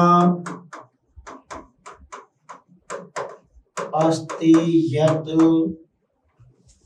3 दिन की छुट्टी ले रहे हैं। आज प्रार्थना पत्र लिखे 4 तारीख की, तो 3 दिन के अवकाश के लिए हम 5/4/2025 तक 5/7/7/4/2025 पर्यंतम दिनत्रयस्य अवकाशं स्वीकृत्य माम अनुग्रहीष्यन्ति। इसके बाद यहाँ पर धन्यवाद भी हम देंगे, क्योंकि 3 दिन की छुट्टी ले रहे हैं हम। और यहाँ आप दिनांक लिखेंगे आज की तारीख में, क्योंकि हम एप्लीकेशन आज ही लिख रहे हैं। और इधर भवता आज्ञाकारी शिष्य लिखने के बाद यहाँ पर जो नाम आया है, क्या नाम आया है, नगेंद्र, तो नगेंद्र यहाँ पर आप लिख देंगे। तो इस तरह से एक एप्लीकेशन आपको लिखनी है, यदि पूरी लिखनी पड़े तो।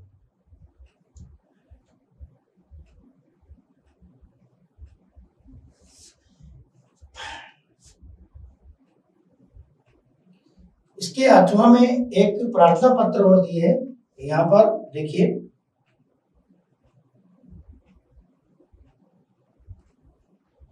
नगर पालिका अध्यक्ष महोदय के लिए, तो मनांसी निवेदनम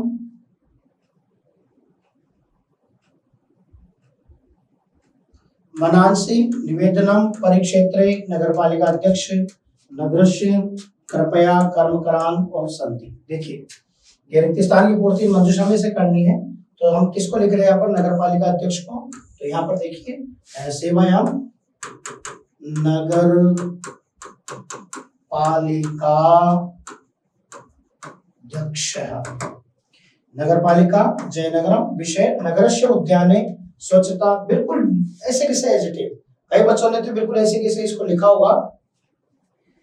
नगर के उद्यान में स्वच्छता बाल क्रीड़ा के लिए साधन के क्रम में है महोदय।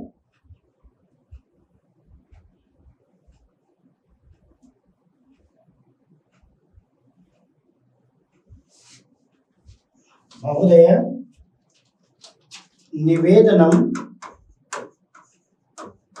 अस्ति यत् अस्माकं नगरस्य, पूरे पद आपको मंजूषा के अंदर मिलेंगे।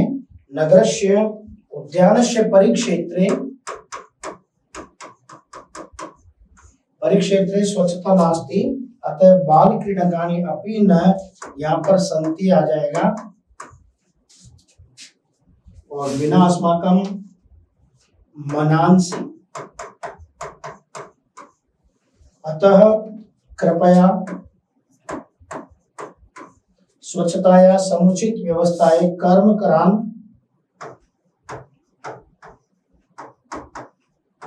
कर्मचारियों को। जैसा कि मैं अर्थ बता देता हूँ आपको, नगर पालिका महोदय जयनगरम को लिखा है, नगर के उद्यान में स्वच्छता बाल क्रीड़ाया, स्वच्छता बाल क्रीड़ा के साधन के क्रम में है। महोदय निवेदन है कि अस्माकं नगरस्य उद्यानस्य परिक्षेत्रे स्वच्छता नास्ति, हमारे नगर के जो उद्यान है उसके क्षेत्र के अंदर स्वच्छता यानी स्वच्छ नहीं है। तो बाल क्रीडार्थम क्रीडनकानि अपि न सन्ति, और बाल को खेलने के लिए खिलौने भी नहीं है। क्रीडाम बिना अस्माकं मनांसि न रमन्ते, और खेल के बिना हमारा मन भी नहीं लगता है। अतः कृपया स्वच्छता समुचित व्यवस्था, इसलिए कृपा करके स्वच्छता की व्यवस्था के लिए उचित कर्मचारियों को आदेश दें। सर धन्यवादम। और ये जो लिखा गया है प्रार्थी महेश के द्वारा यहाँ पर लिखा गया है, एड्रेस को ऐसे ऐसे लिखा, तो आप चाहे तो यहाँ पर इसको भी ऐसे कैसे लिख सकते थे। आगे बढ़ते हैं हम। चित्र को देख करके यहाँ पर आप देख रहे होंगे कि रेल स्थानकम रेलयानम यात्रिण आरोहन्ति अवरोहन्ति गच्छन्ति आगच्छन्ति और उपविशन्ति, इन शब्दों का प्रयोग करते हुए आपको 8 वाक्य यहाँ पर लिखने हैं, जो कि मैं आपको लिख के बता रहा हूँ। यहाँ पर देखिए,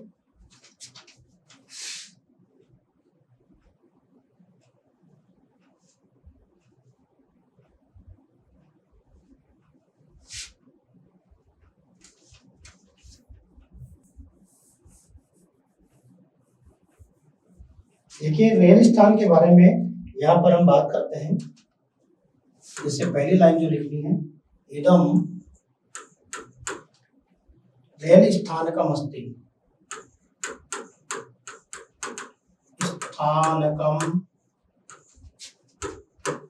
अस्ति, अर्थात यह रेलवे स्टेशन है। दूसरी जो लाइन लिखनी है हमें वो है रेल यानम आगच्छति, रेलगाड़ी आ रही है। तीसरी लाइन जब हम लिखेंगे तो यहाँ पर यात्रिणः रेल यानस्य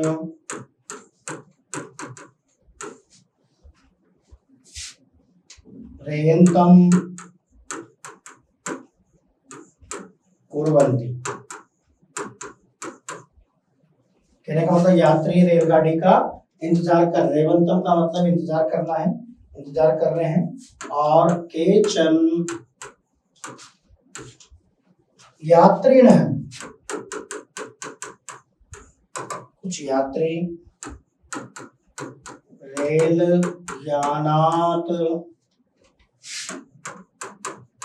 आरोहन्ति, सॉरी अवरोहन्ति,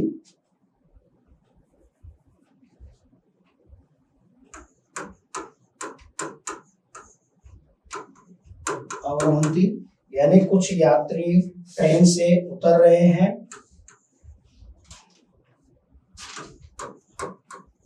अन्य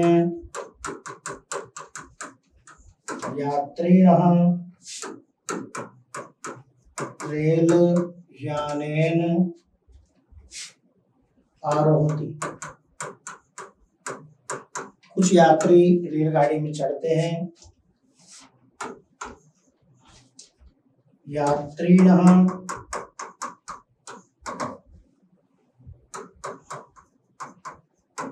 गंतव्यम प्रति गच्छन्ति, यात्री अपने गंतव्य की ओर जा रहे हैं। केचन यात्रिणः उपविशन्ति, कुछ यात्री बैठे हुए हैं। और 8वीं लाइन है रेल यानम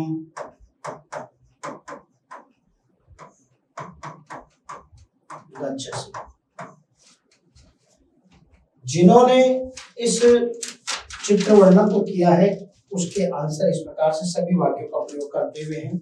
और मैं आपको जानकारी देता हूँ, ये अपठित है और ये कहीं से पूछा जा सकता है, लेकिन इसके अथवा में हम देखते हैं, अथवा की ओर चलते हैं साहब हम।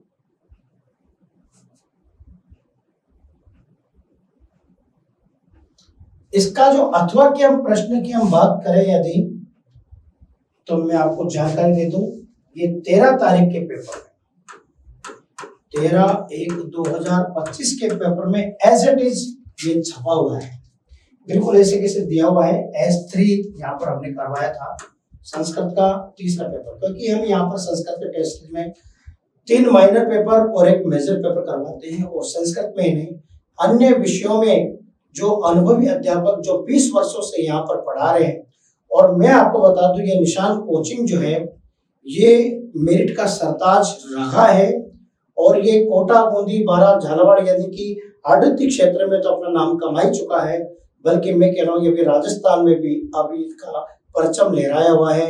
और निशान डिजिटल ऐप के माध्यम से पूरे राजस्थान में नहीं, अब हम MP या UP की तरफ भी हम बढ़ रहे हैं। और मेरा एक निवेदन है कि आप लोग खुद भी जुड़े, दूसरों को भी, जो अपने परिवार में जो पढ़ने वाले हैं उन सबको जोड़े। और इसके हम बात करें तो ये देखिए 13 तारीख के पेपर में इसके अंदर यहाँ पर आया है, और इसका जो आंसर हम बात देखें, अध्यापक काठिन्यम कठिनता व्यवस्था स्थानांतरम विषय अंग्रेजी विषय समीचीनम और अध्ययनम। गोपेश पिता कहते हैं कि गोपेश तव अध्ययनम कथम प्रचलति, तुम्हारा अध्ययन कैसा चल रहा है? तो गोपेश कहता है पिता अध्ययनम तु समीचीनम प्रचलति, अध्ययन तो ठीक प्रकार से चल रहा है। पिताजी कहते हैं कोपि विषय एतादृश अस्ति यस्मिन् तुम काठिन्यम अनुभवसी, इसमें तुम कठिनता का अनुभव कर रहे हो। तो भूपेश कहता है आम अंग्रेजी विषय, अंग्रेजी विषये मम स्थिति सम्यक् नास्ति यतोहि अस्माकं विद्यालये अंग्रेजी विषयस्य अध्यापकः नास्ति। त्वं पूर्वं तु माम् अस्मिन् विषये न उक्तवान्, पूर्वं तु अध्यापकः आसीत् परन्तु अधुना तस्य स्थानान्तरणम् अभवत्। अहं तव कृते अध्यापकस्य व्यवस्थां करिष्यामि। इस प्रकार से 8 शब्दों का प्रयोग करते हुए हम ये संवाद लेखन जो है पिता पुत्र का, इसको पूरा करते हैं, आगे बढ़ते हैं।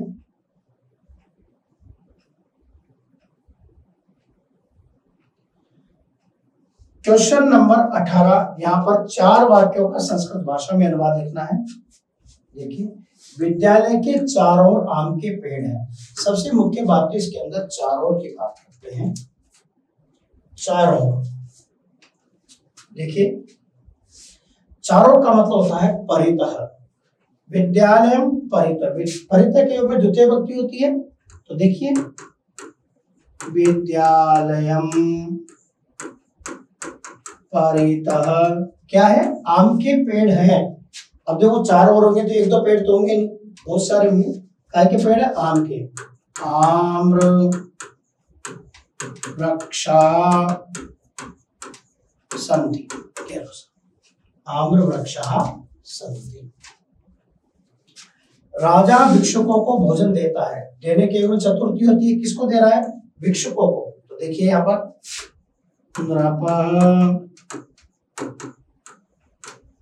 भिक्षुकाय भोजनम ददाति, राजा भिक्षुक के लिए भोजन देता है।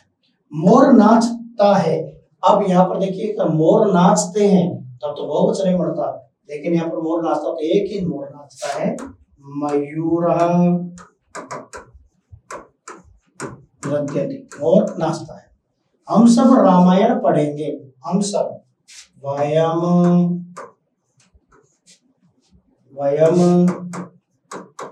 रामायणम पढ़ेंगे। यहाँ पर बहुवचन में तो बनना ही है, लेकिन यहाँ पर भविष्य काल प्रकार में पठिष्यामः। अयोध्या के राजा दशरथ थे, दशरथ आश्रित, लेकिन कहाँ के? अयोध्या के। अयोध्याया नृपः,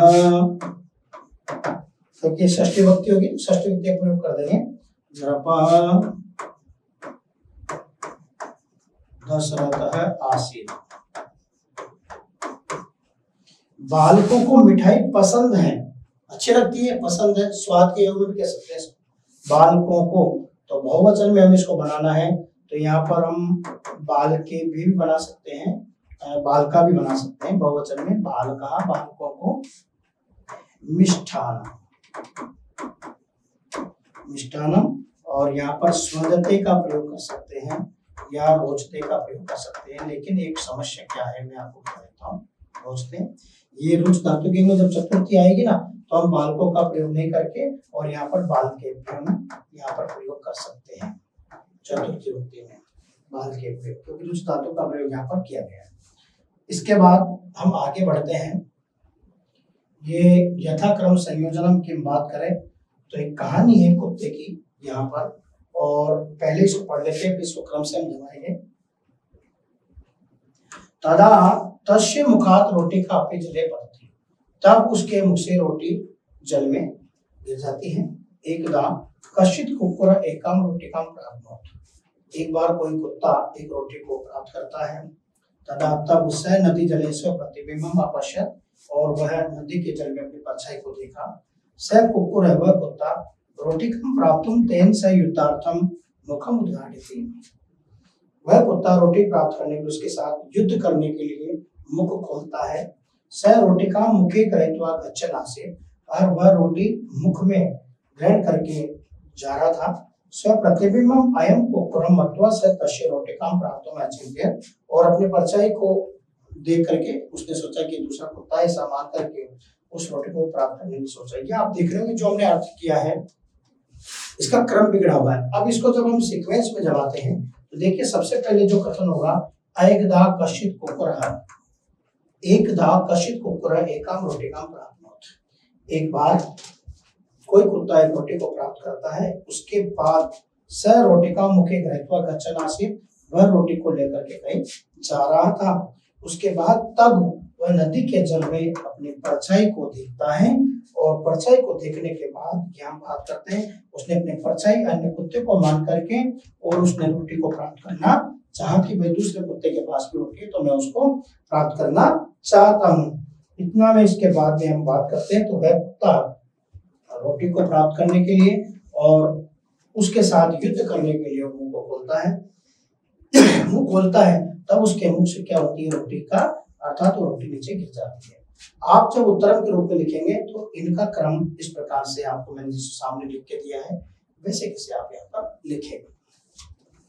और मैं आपको जानकारी दे दूं, ये वाला जो पूरा जो हमने दिया हुआ है ये बुकलेट से है, बुकलेट में हमने इसको दिया हुआ है, बिल्कुल एज इट इज ये छपा हुआ है साहब, आप देख सकते हैं। इसके बाद इसके अथवा में यहाँ पर एक धेनु महिमा के बारे में, धेनु महिमा के बारे में 6 वाक्य। अब आप चाहे तो कथाक्रम कर सकते हैं या फिर आप 6 वाक्य 1 2 3 4 5 6 7 8, यहाँ पर 8 शब्द दिए हुए हैं, इनको आधार मान करके आप यहाँ पर 6 वाक्य आप लिख सकते हैं। मैं आपको 6 वाक्य लिख के बता रहा हूं, यहाँ पर ध्यान दें। देखिए नंबर 1, धेनु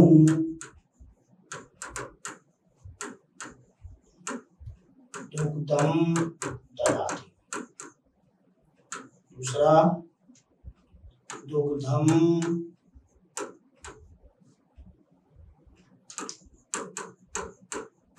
शरीरम पोषयति,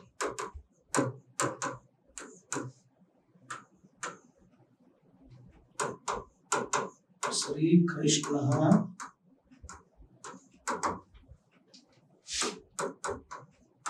गावम रक्षकः आसीत्।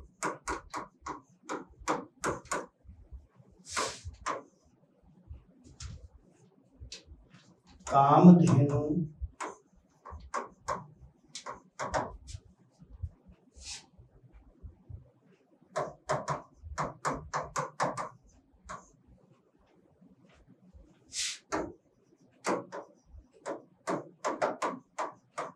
स्वर्गस्य धेनुमस्ति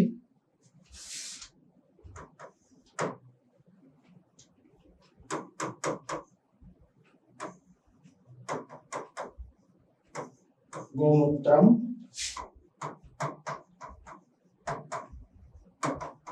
औषधेन उपयुज्यते।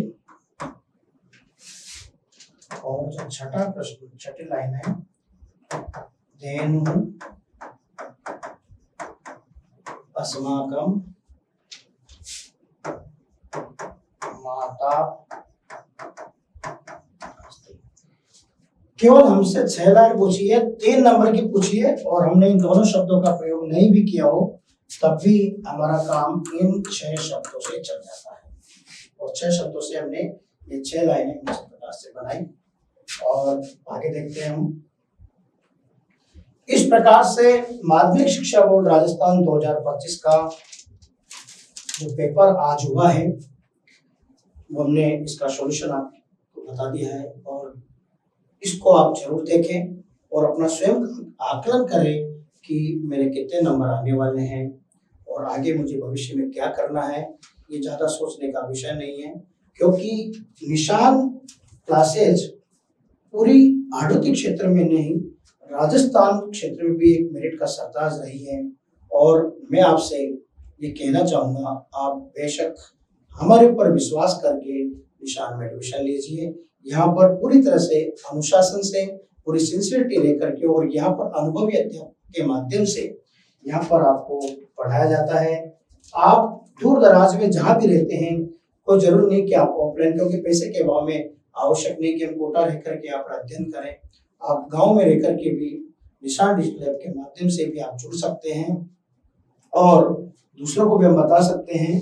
और मुख्य बात यहाँ की विशेषता क्या है मैं आपको बताऊं कि जितने भी अध्यापक यहाँ पढ़ाते हैं, क्योंकि ये जो संस्थान है, मैं भी यहाँ पर 21 वर्षों से जुड़ा हुआ हूँ। ये 21-22 साल इस संस्थान को हो गया है और जितने भी अध्यापक हैं सब बहुत अनुभवी, जो वर्षों से 20-21 साल से यहाँ पर पढ़ा रहे हैं। जब भी हम पढ़ाते हैं तो प्रत्येक विषय का टेस्ट हम प्रत्येक रविवार को, जैसे मान लो आपको साइंस पढ़ाई तो साइंस का टेस्ट रविवार को होगा, हिंदी पढ़ाई तो हिंदी का होगा। 3 घंटे की जो क्लास होती है, पूरे 6 सब्जेक्ट यहाँ पर पढ़ाए जाते हैं। और खास बात ये कि 6ठी से लेकर के 12वीं तक चाहे किसी भी बोर्ड का हो, यहाँ पर अध्ययन करवाया जाता है। आप लोग जुड़े इस चीज से। निशान है तो सिलेक्शन पक्का है आपका, और चाहे बोर्ड क्लास हो, चाहे IIT, नीट, जेईई मेंस कोई भी हो, यहाँ पर आप अध्ययन कर सकते हैं। इसके लिए मैं आपको बहुत बहुत धन्यवाद देता हूँ। आपने पेपर को ध्यान से पढ़ा, समझा और आगे भी आप निशान डिजिटल प्लेटफॉर्म से जुड़े रहें। धन्यवाद।